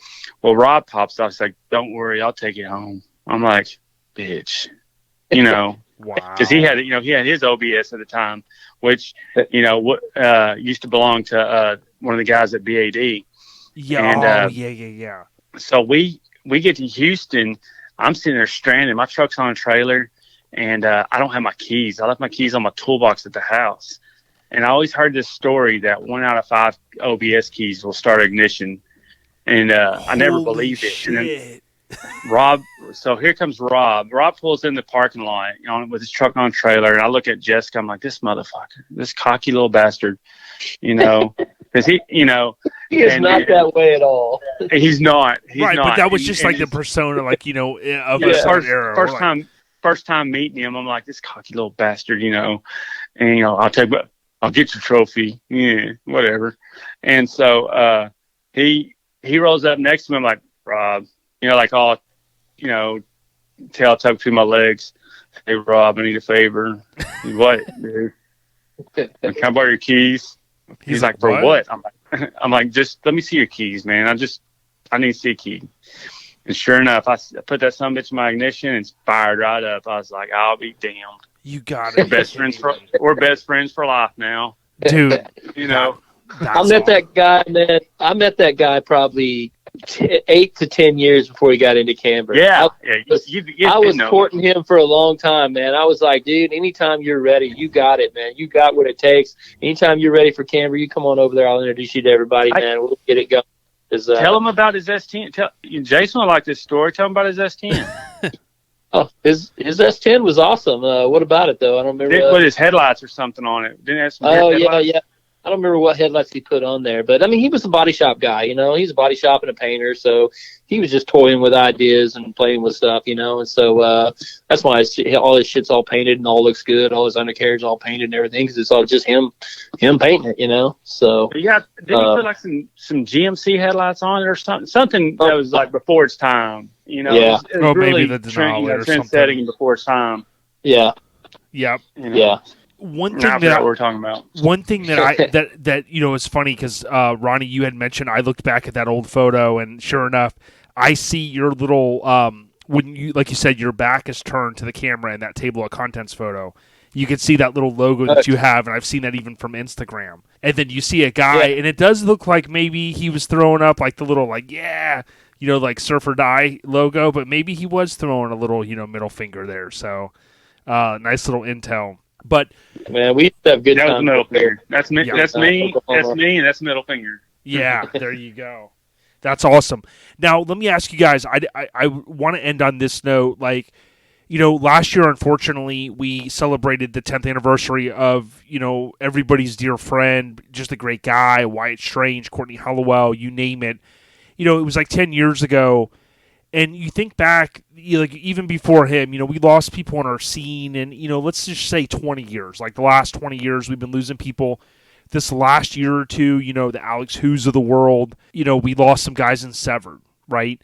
Chaz, like when you think back to the scene of ours, and you think back to all the great people and the relationships that you built, what are maybe some of those memories, or what are any comments that you have about some of the great people that we're losing? Tell you what, man. We've had a rough year. I will say we've had a rough patch of years. Losing Laurie Starling, one of the kindest people you ever meet. Oh yeah. I mean, I met him one time, and I tell you what, when I heard he passed, I bawled my eyes out because the genuine person that he is. Yeah, he came to LST a couple at least once and stuff like that. Yeah, and that's one person I will say that as a Camber brother that met my wife one time and treated her like a true sister, Wow. and he's just a genuine dude. And so we lost him. Of course, losing Mitch, I mean, that was a stunt to us. Especially us North Texas guys, that have a lot of memories with each other. Of course, we said Tito already many times. And now losing Alex. Vaughn. Vaughn, God, yeah. I mean, that dude, I'm going to tell you something about Vaughn. I'm sorry, I got to stop on this. All right. Vaughn is the sneakiest little guy I've ever met in my life. That dude will sneak up on a conversation and like throw a jab in out of the blue. You're like, where did that little ninja come from? You're like, well, he was not there a second ago. He just came in quiet and struck hard and deuced out. I mean, yeah, and we saw like those stickers right in a lot of trucks. I remember, I think it was going to Battle in Bama years ago. I think he was there, maybe 2017. But then we saw just for the listeners that VON, that was for Vaughn who passed away. Yeah, the Vaughn, yeah, and then Mike Hyde, of course. Losing him, another just down to earth guy that built some amazing truck. The twins are what got me hooked in the very beginning. Yeah. I went to Heat Wave in 1995 after I bought that little Nissan truck, and because I bought it on my birthday in June, and then a couple weeks later, I was like, okay, I've been following this heat wave show for years. I'm not, I'm going to go to this thing for once, and so I just drove my little stock truck down there, and I'm looking at that little Mitsu that they had that was, all bagged and laid out and body dropped, and that blue one, and I just standing there looking at the bed going, wow, man, I'll never have anything like this. I just said Mike. I meant Kevin. Yeah. I've always got them mixed up. Yeah, no. I'll walk up to Mike and say, hey, Kevin, twins scare me. Yeah, no, I know. But now, the twins, I always remember, were they the ones that built the Mazda as well? Yeah. Yeah. Or that Mitsubishi. Was that green one? That was Mitsubishi, wasn't it? What did I say? Didn't I say Mitsu? I'm sorry. Yeah, it was a Mitsu. Yeah, it was. Yeah, and I always get confused too because I don't know all the names and stuff too. But it was a Mitsu way before I ever met Ernie.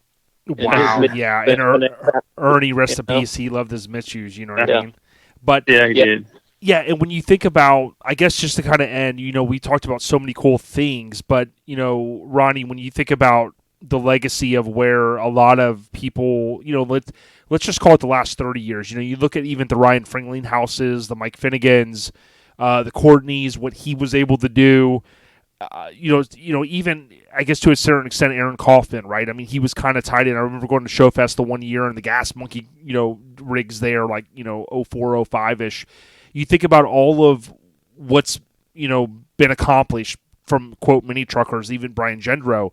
Do you and Ronny, in your opinion, do you see the scene continuing to thrive forward? In the YouTube days and the social media days, or any thoughts that you have on that?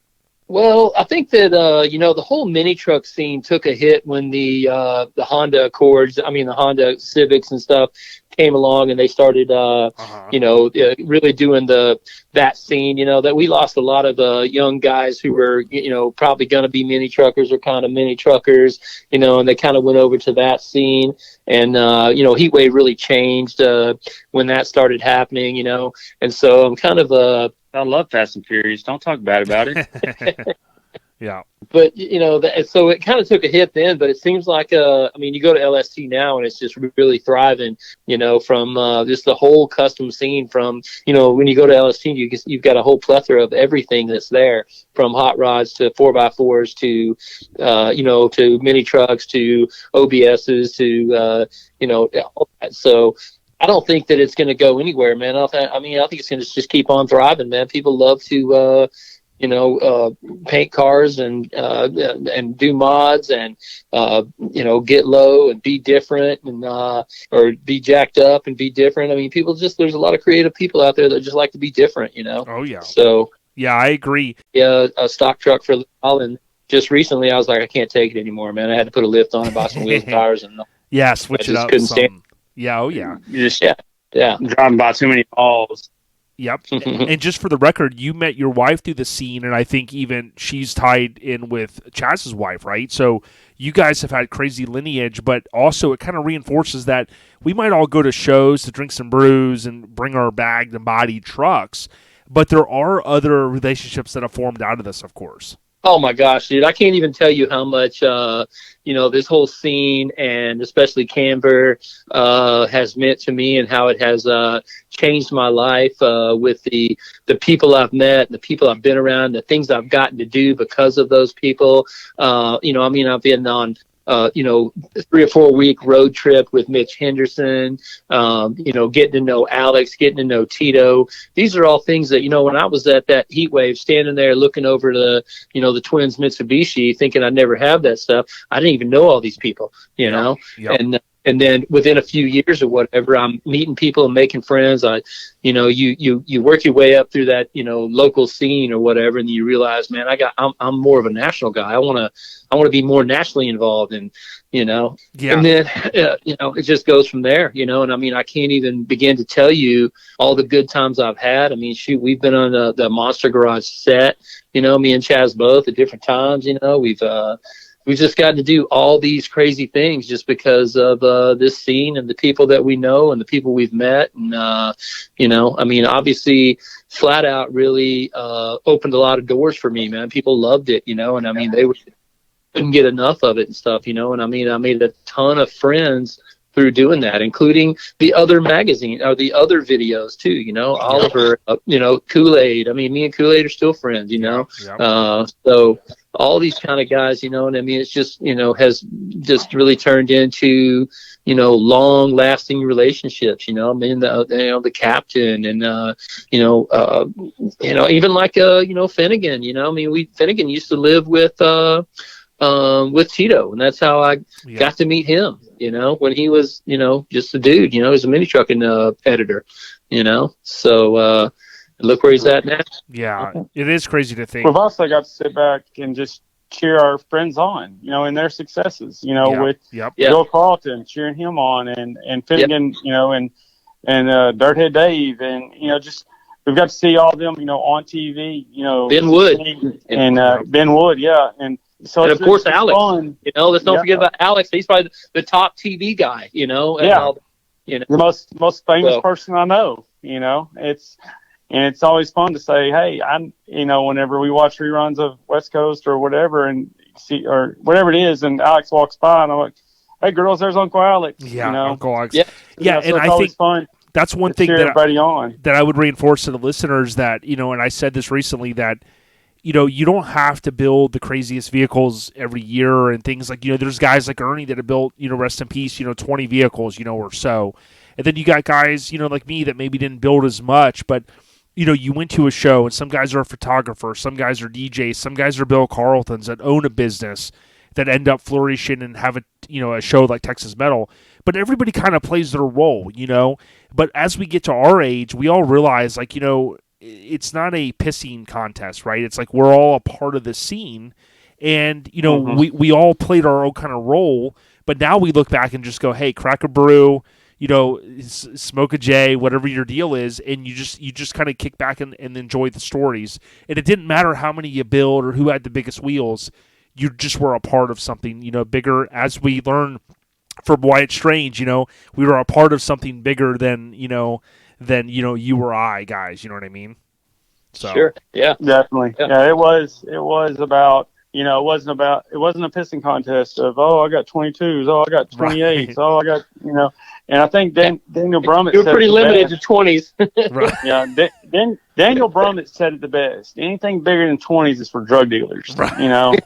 And and so, you know, and I wouldn't have had anything bigger than 20s if that two-door title I had didn't come with 22s on it already. You know, the tribute I did to Tito. And but it's such, you know, you just have a big family that pushes and supports, and it's just not a, you know, when people ask me about my 51, they, you know, it's not like, oh, well, I'm putting, you know, mob stills on mine. No, it's not like that. It's, you know, hey, that's awesome. Keep going. You know, that's awesome. That's help each other out, but also encourage each other and stuff like that. And again, I know some people might listen and go, oh, these are just, you know, middle-aged guys. But at the end of the day, we've learned that, hey, yeah, maybe there was some competition back in the day, but at the end of the day, you get to our age and we just go, man, let's just talk about the camaraderie, the clubs, you know, the going to shows and stuff, and, you know, to me, good time had. Yeah. You know? Yep. Yeah, Chaz, let's talk about a good time. What about that time we were going to Heatwave and that T-shirt? Yeah, dude, I tell you what, man. I tell you what. And Jessica to this day is like, the only reason you stay married to me so you're not married to a fat girl. So you remember back in the old days, Camber only had like 5 shirts, you know, like fat guys in the truck, and if you can't drag it, you're a faggot, and stuff like that, you know. So we were going to so I started getting into making T-shirts, you know, because we could only get a few of them in the very beginning when we first got into Camber. We really couldn't get T-shirts because Adam Big Time was the one making them. and we'd just go, it was either you get what he's got at Heat Wave or you don't get anything, Right. You wait another year, And so Ronnie didn't like that. Ronnie's like, okay, I'm going to start making T-shirts, So anyway, so I got hooked up making T-shirts. And as a matter of fact, you know who my screen printer was? Another guy that I've known for a long time is, the TV show Ink Master. So Oliver Peck. So Oliver Peck he's an old Dallas skateboarder, and that's who did my NC tattoo. Yeah. And so besides having the tattoo shop and all that, he also had a screen printing business on the side, and so Anchor Screen Printing, which is still going. He's still got it. And that's good. But anyway, so I could hit him up real quick with hey man, I need a dozen of these real quick. Here's the artwork. And so this idea, I knew me and Chaz were going. We used to go to Heat Wave together every year, and we would go down there on Thursday night and hang out with our buddy, so Jim Dozier. So we'd always go down there and stay at his house on Thursday night, and we would go out and play pool and just drink, man, crazy. And so on like Monday, I had the idea to use the 24-hour road reflector removal shirt to change it around, because Chaz Nichols' initials are CN, which is NC backwards, Right. So I made a shirt, and on the front of it looked just like regular NC, except it said CN, and then on below it, instead of world's lowest, it said world's drunkest, and then on the back it said Chaz Nichols, just like Negative Camber on the Peel logo. Yeah, and then below it said 24-hour fat chick at the bar removal service. So I just got a dozen of them printed up real quick, and I mean, we went to Jim's house and we like showered up and we got ready to go out, and we went out and started drinking. I put that shirt on. Nobody even noticed. Chaz didn't even notice or anything. Everybody thought it was just an NC shirt. They just looked right past it, And about we were deep into the night, man. It's probably 1 o'clock in the morning before I finally pointed it out to him. I'd already given some away to some other people. I think Tito was wearing one too, I think that's the one I originally saw. Yeah, and then I pointed it out to him, and he literally fell on the floor laughing. He was cracking up so hard. I'm shit you not. He was on. I tell you, I went all night looking at that shirt, thinking it was the NC logo, and didn't even read it or nothing. And oh my God. Dude. Yeah, that's the cool thing. It's still in my regular rotation. It's hanging in my closet right now. I still have that shirt. Yes, Sunshine's making a point to make another run. She's got to get. We've seen some runs. First. We've seen some reruns out of some of the homies I've linked up with. The NC guys like in Maryland area and stuff like that. The one that looks like Johnny Bravo. Yeah, Johnny Bravo. You know what I mean? That one came back. That's my favorite. That's the one that came out right before I got in, and I always wanted that shirt. And finally, they made a rerun after years of waiting. And I'm like, I come home with a shit-eating grin. I'm like, just look at my shirt. And she's like, really? Yeah. You're that excited about a T-shirt? I'm like, yes. This is, Well, and this think, is and think about all the awesome shirts over the years, but I also think back, and I wish I would have screenshots back in the day. I don't even think that was a word, but I'm one of the only guys that might remember the old original NC website where it had like some of the logos, like membership has its privileges, and it was like off the Visa MasterCard logo deal. And then they also had, and I forget if it was Vaughn or who it was, but someone had, at Heat Wave one year, they had I call them gondoliers because the local theme park, they have the little sky ride. They call them gondoliers. They had like the body dropped sky ride, and it was like I forget if it was a Chinese looking dude. That was he was like Chinese looking dude. Insanity Scooter Works. Yes. Yeah. Yeah, because I linked up with him on Instagram because I remember he has that crazy lifted golf cart, and I remember, remember that thing. Robert Clark. Yeah.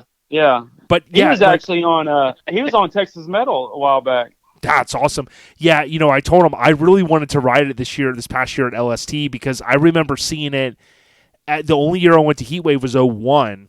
And it was at the Dell Diamond Center, and people were like, oh, it sucked, whatever. All I know was fucking hot, dude. The asphalt, I thought I was like cooking like a hot dog. That was the worst. I was like, dude, kill me now, dude. But, we lived in that shit forever. Year. I mean, the weather is the reason I moved away from Texas. I just couldn't take that heat anymore. Dude, it was a beating. Literally.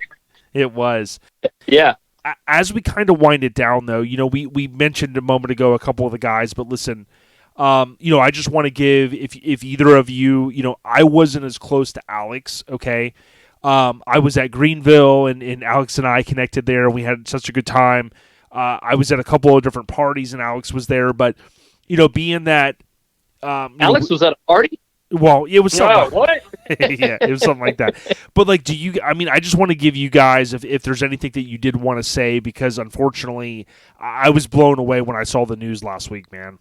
Yeah, I'm still blown away. Yeah. I'm on. Chaz and I met Alex on the Street Source chat rooms. I think that's kind of where it really started, and he was Brand X Alex. Yeah, and we didn't even really know him yet. He was just a guy on the chat room, and we'd just break each other's balls and have a good time. And I mean, you look forward to getting home from work and getting onto that chat with everybody at night. We had a great time on that thing, and it's kind of where Alex really started interweaving with our lives, and then when we finally got to meet him, I mean, he got into Camber about the same time I did. I think it was like 9 that he got in. And from there, I memean, our lives have just intertwined here and there throughout. And we got to be really good friends with him. Like I said, we both got to go to the Monster Garage set and hang out and see some shooting going on and all that. Chaz went before me. It was because Chaz went. I was like, well, shit. When I'm out there, I'm gonna go. And so it just happened to be that me and Mitch were on that long road trip, and so we went by. I don't even remember where it was now. Somewhere. I don't know. I was so lost back then. Yeah. And but we went to the set and hung out, and just, I mean, he's just always been such a great guy, such a life of the party, such a let me help my friends with this and that. Let me see if I can find you this or find you that, or, just, I mean, I'm sitting here looking at an NC longboard, hanging on my wall that I didn't have the money for at the time. And Alex surprised me with it, and just like, hey, pay me later or whatever, and, it's the same way that, his 50th birthday party, me and Alex always connected because we're the older guys. Nobody's, up here in our age group, pretty much everybody, Captain and Tito and all those guys are all like, 10 years younger than us. So we were always, that kind of had a bond that we shared. We were the older guys. So yep. When he turned 50, I was obviously I was a year younger, 49, and I was traveling around the country on Amtrak, and happened to be in California for his birthday party. And then they were going to see the next night. They were going to the show to see Rancid and the Transformers, and that was back when Travis was playing drums for both bands. And so it was at the Hard Rock in San Diego. And, I didn't have any money. I was broke at the time. And he was like, come on, man, we got you. And I'm taking you. He took me out to dinner that night, took me to made sure I got in the show. And he's really the one that introduced me to this area that I live in now, Murrieta, because he was living here with his mom. I stayed at his house several times throughout that summer and that year. And he's just a huge influence. I mean, there was nothing better than busting Alex's balls over somebody wanting an autograph or, right. Somebody want a picture, and we're just like, oh, you C-level celebrity, and just breaking his balls and giving him shit. But I mean, just all with love, and man, just this whole, when I got the message, got the news, man, it just really, it kind of shut me down, and I've just really been kind of quiet and stuff for the past week. Just go to work, do my work. I've texted with the captain a couple of times and checked in on those guys over there. And of course, we got the the family funeral coming up, which I think Chaz is flying out here for. You're staying at my house, right? I think. Yep. Yeah. And so. I'll let Chaz expand a little bit there, but I mean, Alex was just a huge, huge figure in my life, just like Tito was, just like Mitch was.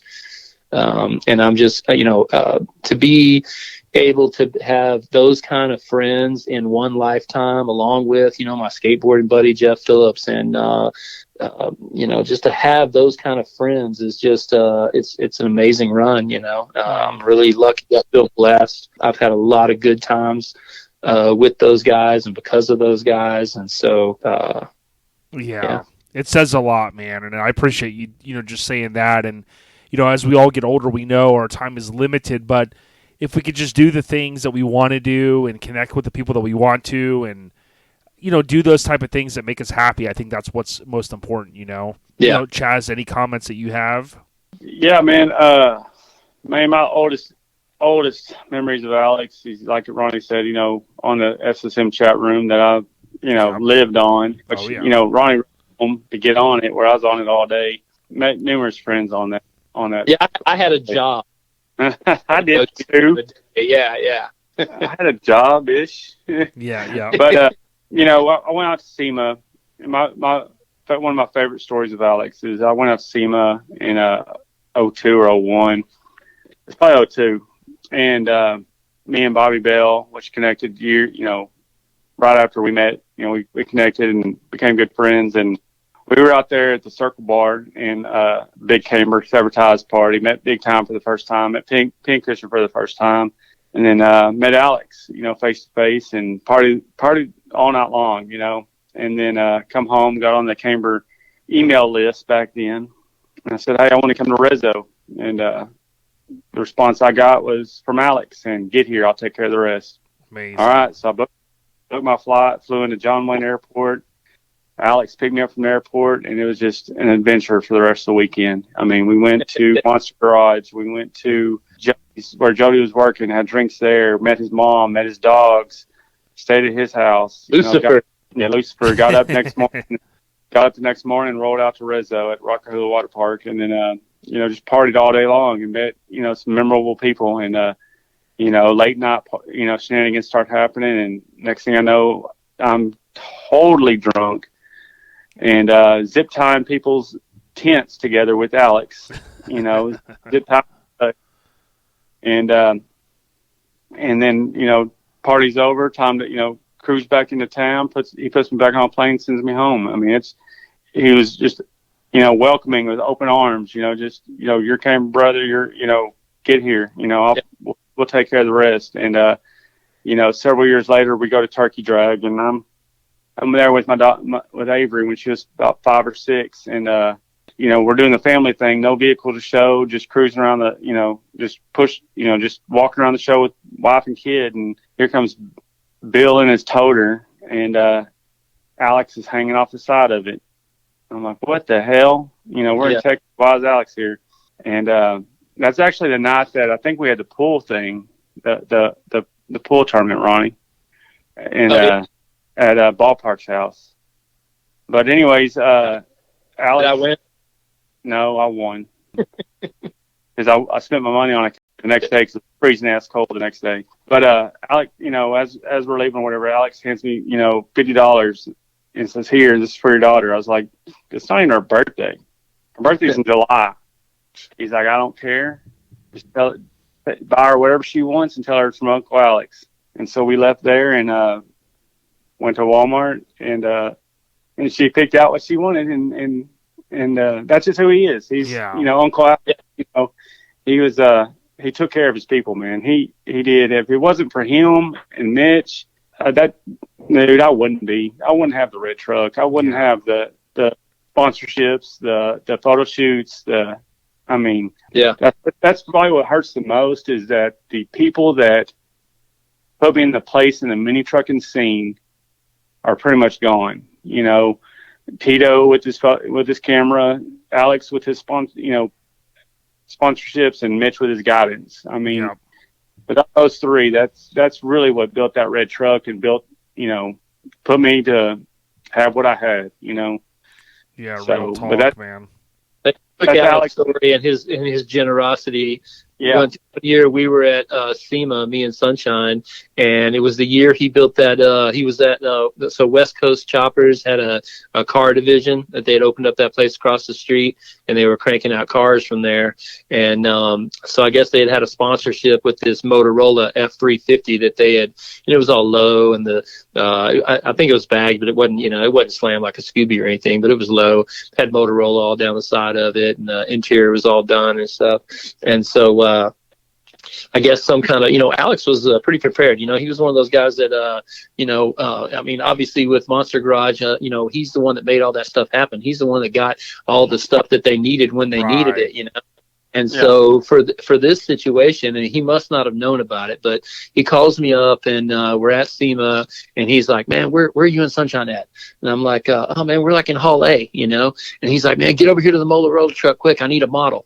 I'm like, "Oh, okay, cool." So I, round up me and Sunshine start hauling ass over there, and so Sunshine does this whole model shoot thing with the truck and stuff for all these Japanese photographers and media and stuff from Motorola, where they were there, and he's like, thanks, man, and we get home like a month later, and we get this box from West Coast Choppers, and I mean, it's got so much shit in it. I mean, we're talking about, there's probably 20 T-shirts in there, booty shorts, thongs, just all kinds of stuff, hats, everything. I mean, kids' shirts, everything. It was crazy. My kid, I've got a picture of my kid with one of those West Coast Chopper shirts on. He was so stoked and happy because, at that time, I mean, it was huge. I mean, West Coast Choppers was big, all that Motorcycle Mania was big, and Monster Garage was big deal, and it was really popular back in those days. Oh, yeah. So, Oh,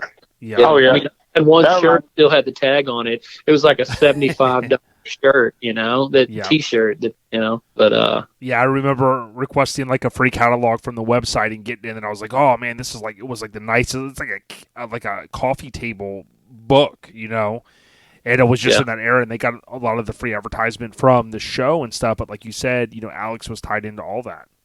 That reminds me, my cousin Shane was diagnosed with cancer, and we did a benefit show for him, and I kind of reached out to all my people that might be able to help, and I contacted Alex, said, "Hey, we're going to do a raffle, a silent auction. Can you help me out?" And he's like, "Yeah, what are you thinking?" And I was like, "Dude, I don't anything you could think, anything." And a box shows up on my door, and it's West Coast Customs. It's T-shirts, posters, it's autographed license plates from the whole team. And I mean, Alex is just a phone call away for help. Yeah. I mean, that's the hardest part now, is that he's not a phone call or a text or a short drive away. And I think that's the hardest part for me now, because he's always just been there, Yeah. I mean. So. Yeah, but you got to think about the party that's going on up there right now. Alex and Tito and Vaughn and Lori and Ernie and Mitch. Mitch. Yep. You got to think about the truck show that's happening, waiting on us. They're setting the stage for us to come join them, and it's going to be one hell of a ride once we get there. Yeah, real talk, man. And like I said, I really appreciate you guys kind of just sitting down. I knew that you guys had that connection, kind of being from Texas, and there's so much. Ronnie always uses this word over at Truck Talk Media, the lineage, but for you guys to share some stories, and obviously Chaz about the OBS truck and some of the things you've done, and then Ronnie, you've done so much. Obviously met your wife through the scene and stuff like that as well, which I think is amazing. Both of you, kind of have that. He met his wife through me. He met his wife through the scene. Right. He met his wife through me. Right, because your wife and his wife are related, right? They're sisters. Yeah. They're sisters, yeah. Yeah. So I always make the joke that, me and Chaz, we used to hang out together all the time. I mean, constantly. And then we married these two sisters, and now we hardly ever see each other. Sometimes I make the joke saying I married the wrong sister, but it happens. That is hilarious. But yeah, man, we're kicking off 2022, and I'm going through the list, and you guys, we talked, and I was like, you know what, I got to make this happen, and I certainly appreciate you guys sitting down, obviously, and thank you guys, NC, tip of the cap to all of the NC members out there, including Courtney, rest in peace, and Chaz, Ronnie, thank you guys. Anything else that you have to share? Yeah, we can sit here all night. I know. Yeah.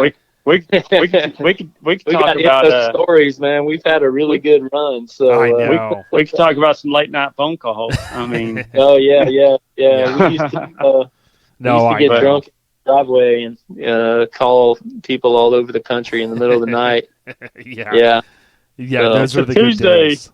Yeah, but no, I think we touched on dang near everything. It's and I appreciate it. And I mean, probably the only thing I would say is that we didn't really talk about Mitch enough. Mitch really meant a lot to both of us, and he was just he was also just an incredible person. I mean, everybody knows Tito, how great he was and all that, but I think he gets a little lost when Mitch, not as many people knew him as Tito, but I mean, obviously he had a lot of friends and stuff across the country and all that, but I mean, Mitch was a huge influence on both Chaz and I, and in those early days we were talking about, like that 01 to 05. I mean, we were really running hard with Mitch in those days, and we were really having good times, and we were out drinking a lot and just really having a lot of good times together. And so shout out to Mitch, man. That one still stings. I really, really miss that guy. I'm going to miss Alex. We kind of finally getting to a different spot with Tito, and it's been 10 years, but Simple Man, when that comes on, it still kind of chokes all of us up, But we're always going to miss the mayor of Truckville. We're always going to miss him. Yeah. I know, and Mitch was a great guy. He loved when we put his truck, cha-ching, on a shirt, and, he was so excited about it, and, he had no complaints, and he just was, like, cool, and, we have some other plans for some of the names that came up earlier, and we're looking forward to doing that, but, again, we want to just tip our cap to all of the great people, and I always say salute the OGs in the scene, because without them, we wouldn't be here where we are today, doing what we do. And Ronnie, I would also include you in there, and again, I know I said it earlier, but like with what you did with spearheading the kind of the video content, to me, I look back at it and it's a special part in my heart, especially with Mitch being on that first cover, even my friend Jimmy, who built my S10, obviously on, I think the last kind of edition of that, but, for Chaz, both of you guys to sit down, man, it means a lot. Thank you, man. It was it's been a good time, man. It's been a good time reminiscing and going over this old stuff. Like I say, me and Chaz, we don't get to hang out enough together anymore. And or when we're at these family functions like we were a couple of weeks ago at Aunt Stacy's house where we're opening Christmas presents and stuff. It's just not the same. We're not busting the balls and being ourselves at that. We got all the kids there and stuff, and all. So we get to see each other doing that a lot, but we really don't get to sit down and have these good times like we used to. Yeah. But we've got those to cherish that we always had, and we'll go from there and build on them. Yeah, and that's why OLP is here. So thanks to everyone that continues to listen. Make sure you subscribe and/or follow our lifestyle podcast. Chaz, Ronnie, tip of the cap. You guys are great folks. Enjoy the rest of this month, and let's hope for a great year in 2022, y'all. Absolutely, man. Yeah, let us know when the thing comes out. So let's do it. Real Deal Holyfield. Same. Oh, hey, let me say something real quick. You say Real Deal Holyfield. Have you seen the Phlat Out where I saw Mike Tyson? Oh, yeah. Hold on. I wanted to bring that up, okay, because I was looking at your Instagram earlier, okay? Man, I was in... that was the question I was going to ask you, and that was sick, dude. I was going to ask you what was the coolest person you met, and, dude, that was freaking awesome. Dude, okay, so I'm in Arizona. I'm in Phoenix, Arizona. Me and Sunshine are there. We're doing the Phlat Out thing. So there's a show. I forget what the show it was, something down by the river. And, we gotta get up early and get the booth set up and get things going and all that, But at that time, the main person I knew in Phoenix was Adam, Adam Kroll, big time, And so big time, let me stay at his house, Well, that was when him and Penn were living together. Ah, okay. And so, we get there and I mean, me and Sunshine are loving it because, I mean, they're just with strippers all the time. They got strippers going all the time. Right. And that was their life in those days, and you go to take a shower and there's 2 shower heads and the bathroom had been remodeled where it's got shower head on each end and stuff. So you can fit more people in there and stuff like that, And so, so they go out, and me and Sunshine end up staying back at the house because we got to get up early and stuff. They come in like 3 or 4 o'clock in the morning. They got a bunch of strippers, and it's kind of like you were saying the other day where you had the room next to Alex, and he was making somebody happy, and that was going on in every room around me, at that time when they got back that night. And so we get up early and we go to the show. And so we get set up and stuff, and then in comes rolling in this brand new 2-door with the suicide doors Rolls Royce. Oh, and Tyson's driving it. Penn is in the passenger seat and Adam is in the back seat. I'm like, I stayed at your motherfucker's house last night. You didn't say you were going to be here with Mike Tyson today. Dude, the fuck? they're connected. I know Penn's connected to Ice-T and all these guys. Yeah. And so that's how the whole Mike Tyson thing came about. And so I had him, cut a promo. Had him say, I never watched Phlat Out magazine. And he's like, man, am I dissing somebody's magazine? I'm like, it's mine, man. Don't worry about it, That's cool that he said that, though. He was worried about it, Yeah. He was a super nice guy, and he's really not that big, to be honest with you. He's really not that big. But he and I share a birthday. We're both June 30th, so we kind of connected on that. Wow. Yeah. But I got to tell you, I was a little bit scared there videoing him, you hear that this guy's crazy and shit, and now when you read these, you see there's like this, that documentary just came out where they're, he's talking about, where he grew up in that part of New York and how everything was fighting, Just like, whoa, man. Yeah. I mean, it was a little intimidating, but Penn was right there and he's like, fuck, don't give a fuck, man. He's, he rolls up with that, brand new Rolls Royce, like $400,000 sticker on it, and I was like, man, didn't he just file for bankruptcy? and Penn looks at me and goes, man, when you used to have 300 million and now you only got 50, you're bankrupt. Right, right, like Hammer, back in the day. You can't touch this, yeah, you know what I mean? Yeah.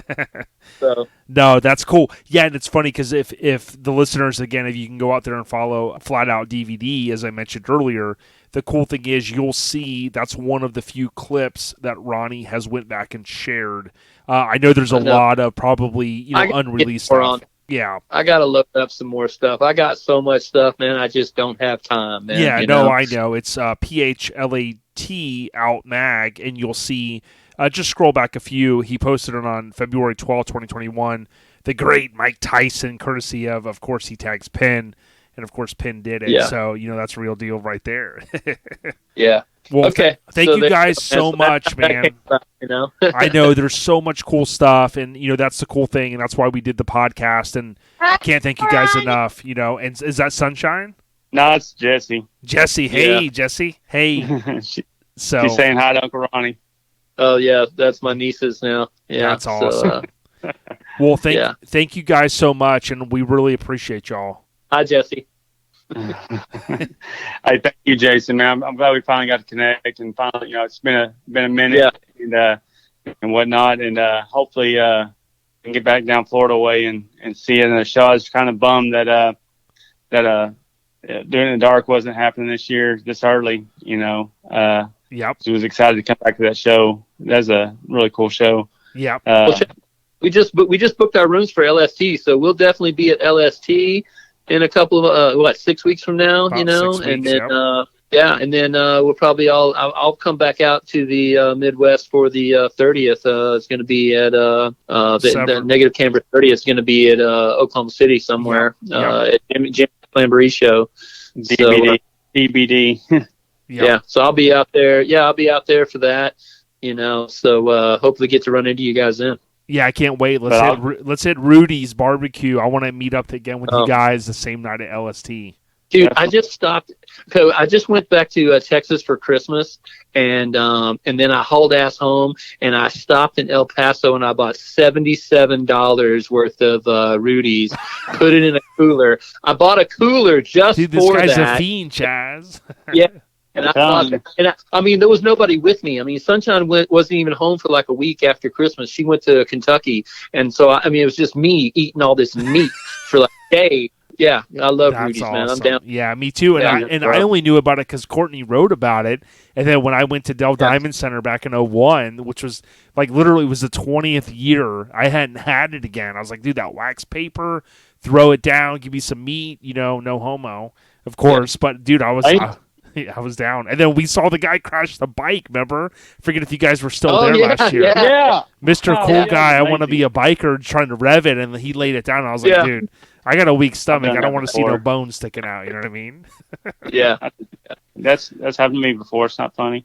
Yeah. Oh, yeah, yeah. It's but we went to Rudy's the other day, Ronnie, and all the angry people were working there. Oh, boy. They were all angry. They were all... Oh, really? Yeah, I told Dave about that. They were all just like, here's your meat, go away. Like, is that the one we went to at Christmas? Yeah. Oh, I didn't even know. So, I mean, when Sunshine's around, I don't order any food. She goes up and gets all the food and all that. So, yeah. Told you, I got the wrong wife. Well, I appreciate you guys